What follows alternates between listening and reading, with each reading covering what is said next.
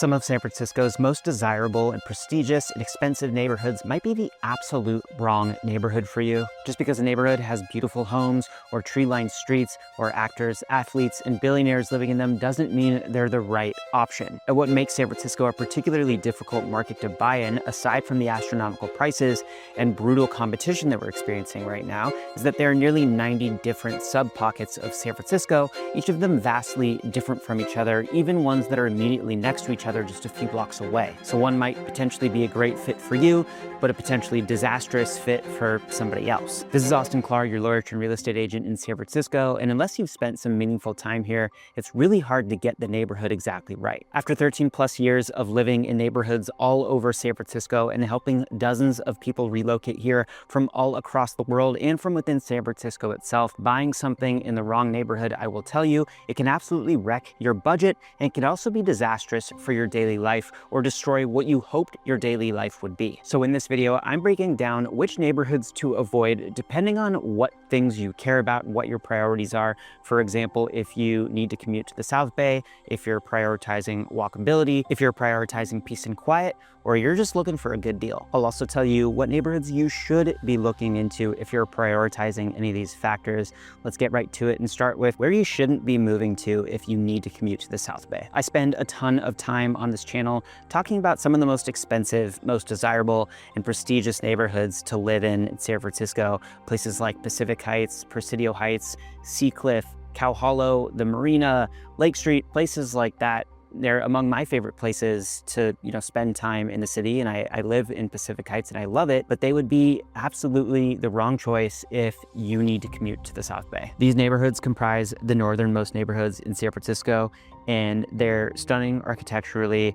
They have incredible walkability. They have great park access, and some of them have incredible food, nightlife, and shopping scenes to go with it. All that's great, but if you move to any of these places and you need to commute to the South Bay, you're probably gonna wanna pull your hair out. Each of these neighborhoods is completely disconnected from transit paths to the South Bay, principally the highway and Caltrain. If you travel by car, you're gonna be taking the highway to get to the South Bay, and just getting to and from the highway every single day is gonna be 20 plus minutes. And it's not even a pleasant 20 plus minutes, because aside from the bikers and the pedestrians and the other drivers in San Francisco who ignore all the rules and behave erratically and ignore everyone else around them, the roads themselves are in awful condition. It is potholes galore. So it is not going to be a pleasant 20 plus minute drive. And if you take public transit to Caltrain instead of driving to the highway, you're experiencing those same issues, except you're doing it on a 45 plus minute bus ride instead of a 20 plus minute car ride. So there's a lot I love about living on the north side of the city, but if you are spending several extra hours every single week and having to deal with that after a long, hard day's work, not really worth it, especially at those price points. There are a lot of other great neighborhoods you can live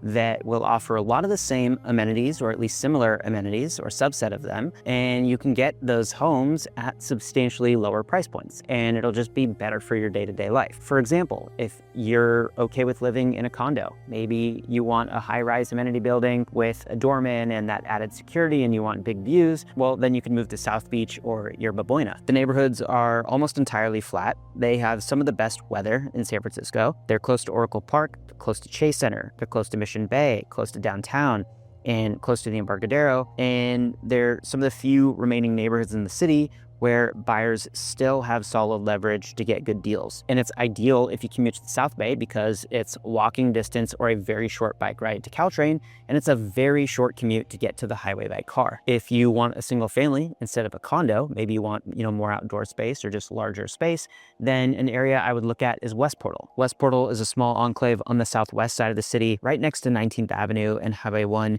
which feed directly into Highway 280. And if you want to go entirely carless, you can take Muni from West Portal Station all the way to Caltrain, and you wouldn't even have to sacrifice proximity to good food and cute shopping, because there is a great commercial corridor right along West Portal Ave in the heart of West Portal. There's also a great mix of historic homes in West Portal, and they come at a substantially lower price point than what you would find in any of the other neighborhoods that I talked about earlier, Pac Heights, Presidio Heights, Cow Hollow, and other similar north side neighborhoods. One downside though is that West Portal trends colder and more foggy because of its proximity to the Pacific Ocean. So if you want a single family home but you want warmer weather and you need to commute to the South Bay, an area that I would look at with similar price points is Potrero Hill. It's really close to Caltrain. It's got some of the best weather in San Francisco, and it offers some great views of downtown and the Bay. And prices there are more in line with San Francisco's average than, homes on the north side. Those are just a few suggestions for neighborhoods you might want to consider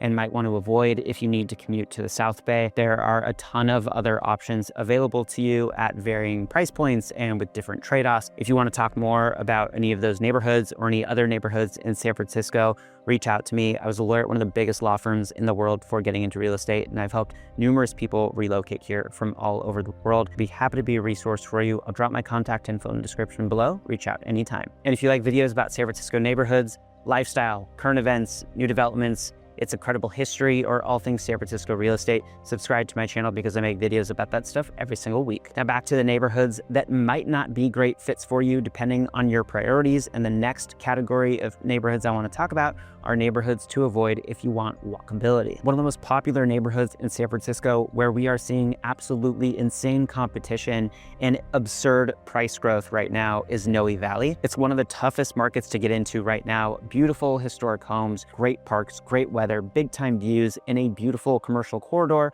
along 24th Street. But unless you live really close to that commercial stretch on 24th Street, it is not a neighborhood I would call by any means walkable. Noe is built almost entirely on rolling hills, and they include some of the steepest inclines in the city. So getting in and out of your car on those inclines is really annoying.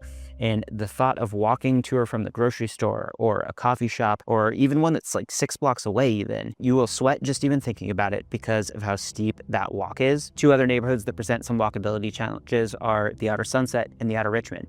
They are both mostly flat, gentle rolling hills or actual flat streets, very walkable in theory, but the problem is that they're not very densely packed, and they're so big that unless you live immediately next to the commercial corridor, it kind of feels like you're living in a food desert or a retail desert. They're also much colder neighborhoods than your typical San Francisco neighborhood because they immediately border the Pacific Ocean. So those cold and fog fronts and wind fronts coming in from the ocean directly hit those neighborhoods. So you're going to be walking great distances to get to the places you need to get to, and it's not going to be the most pleasant walk from a weather perspective. Another one I'd recommend against if your focus is on walkability has become a haven for like mega millionaires and tech millionaires, and that's Clarendon Heights. The views from the area are absolutely A+.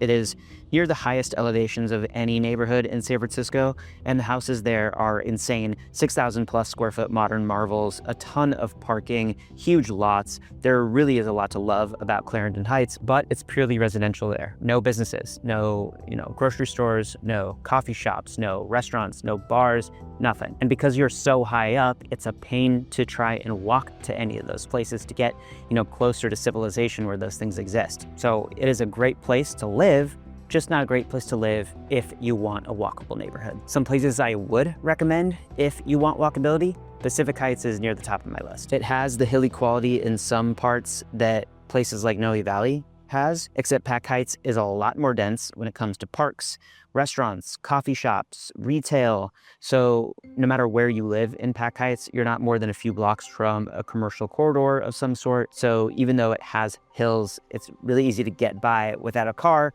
for day-to-day necessities because you're not going that far. Plus, there are actually plenty of areas of Pac Heights that are completely flat stretches where you can get to those commercial corridors without having to go up and down hills. Another neighborhood I'd look to is North Beach. It's the first neighborhood I moved to when I moved to San Francisco back in 2013. No matter where you live, you're walking distance to the main commercial corridor along Columbus and all the bars and restaurants on the streets surrounding Columbus. You're walking distance to the North Waterfront and Fisherman's Wharf and Pier 39. You're close to Washington Square Park. You can walk to Jackson Square, which has its own incredible food and shopping.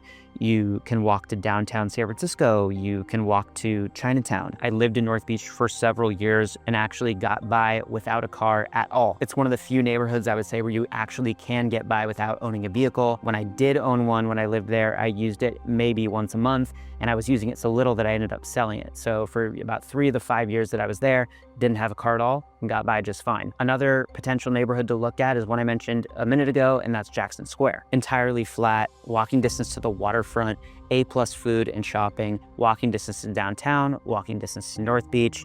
You can really get by without a car there, no problem. Both North Beach and Jackson Square are very condo heavy neighborhoods. If you don't want a condo, if you're more focused on potentially getting a single family home, then I would look to Pacific Heights, for example, if you can afford it. Another area that I might consider, which has a good mix of condos and single family homes, again, if you can afford it, is the Marina. The Marina is along the north waterfront in this kind of central portion of San Francisco, an entirely flat neighborhood, awesome collection of food and shopping along Chestnut Street. You have multiple A+ parks along the northern waterfront, and it has great connectivity to Marin, to the Presidio, Golden Gate Bridge, all of that. Cole Valley would be another one I would look at. It is really hilly, but it's so tiny that no matter where you're living in Cole Valley, it's not going to take you that long walking up and down those steep hills to get to grocery stores, coffee shops, restaurants, and that type of stuff. And the last one I'd suggest, or at least that I'm going to talk about in this video, is the Mission. The Mission has some of the best weather in the city. Most of the Mission is flat, so it is really easy to walk around. And of all the neighborhoods that I've talked about, it's the most dense in terms of food and nightlife. Now, all of those neighborhoods that I just talked about, they're, great for walkability because they're so amenity rich. They're just packed with amenities, things to do. But the downside of that, if you're looking for an area that is peaceful and quiet, that's probably not going to be those areas. All those amenities means a lot of car traffic, a lot of foot traffic, especially people coming in on weekends and at night. So if you're prioritizing peace and quiet, not all of those neighborhoods are neighborhoods that I would necessarily recommend. North Beach, Jackson Square, the Mission, parts of Pacific Heights, the Marina. It gets very loud there and it gets very busy there, except maybe in small pockets of Pacific Heights and the Marina. Neighborhoods near Oracle Park, where the San Francisco Giants play, like South Beach and near Buena, or neighborhoods near Chase Center, where the Golden State Warriors are, and near Thrive City, where there are a ton of restaurants, like Mission Bay is near there.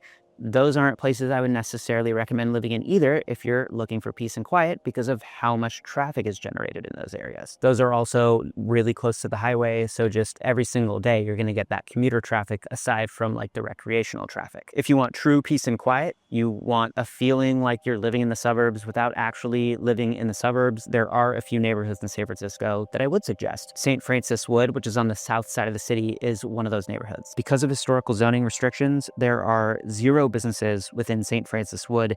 It is just single family homes, and the single family homes there are detached from their neighbors. So you not only have a quieter environment as a general matter, like when you're outside, you also have more peace and quiet from within your home itself because you aren't hearing your neighbors blast music or, watch TV or hear them argue or hear kids playing or whatever it might be. And a cool feature of St. Francis Wood is that the streets there are extra wide. So it feels like you're driving around the LA suburbs when you're in St. Francis Wood, not in a major metropolitan area like San Francisco. It's super luxe. Another area I'd recommend for peace and quiet with some similar characteristics is Seacliff, which is on the complete opposite side of the city, on the north side of the city. Like St. Francis Wood, it consists of single family homes. Most of them are detached from their neighbors. There's no commercial, businesses, commercial buildings in Seacliff. It is just residences. Seacliff does get a little bit busier than St. Francis Wood because it is connected to Baker Beach. So you do get some through traffic for beachgoers, but overall it's still a very peaceful and very quiet neighborhood. Right next to Seacliff is Lake Street, and that's another one that I would recommend. It's a very small enclave on the north side of the city, and it runs along one of San Francisco's few remaining slow streets. Slow streets were streets that were closed to through traffic during the pandemic to give residents a place to exercise outdoors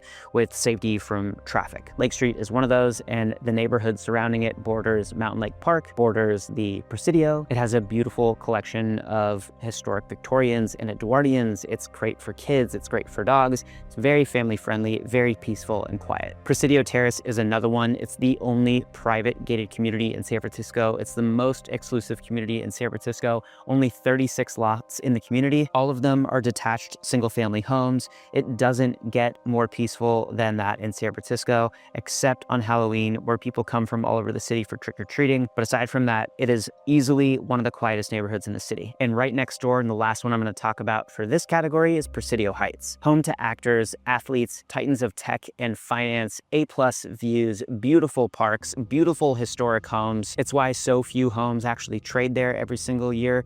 once people move into that neighborhood, it's very rare that they want to leave. All of those neighborhoods I just talked about are perfect if you are prioritizing peace and quiet, but they are absolutely not what I would recommend if you're just deal hunting. If your goal is to get a good deal on a piece of property, do not touch those neighborhoods. The luxuries of detached homes, extra wide streets, beautiful architecture, privacy, and seclusion, those factors do not lend themselves to good deals. When only 10 to 15 homes in a given neighborhood come up for sale every single year, a lot of people clamor at the door for them. They'll overpay. They will pay astronomical amounts of money for homes there, so it is not the place to go deal hunting. And believe it or not, in the market that we're in right now, those prices are getting even farther out of reach. Given the changes we've seen in city dynamics and the supply-demand imbalance, which I go over in another video about San Francisco's housing market, which I'll link in the description below if you want to go check it out, there are only a few neighborhoods remaining in the city where I can genuinely say that good deals are still available. What do I mean by that? Buyers have the ability to negotiate. Buyers don't have to make decisions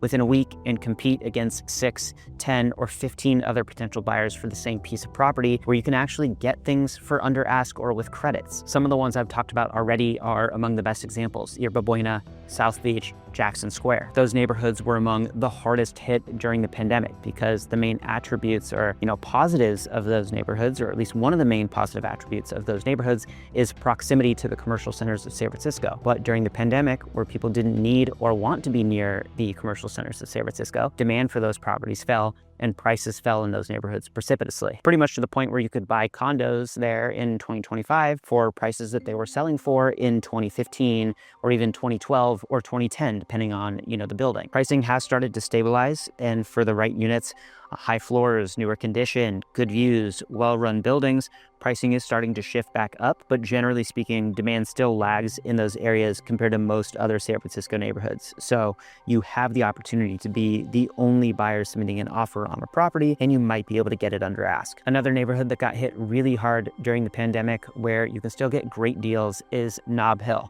And it's one of the most quintessential San Francisco neighborhoods. Beautiful architecture, some of the nicest hotels in the city, proximity to downtown, proximity to Union Square.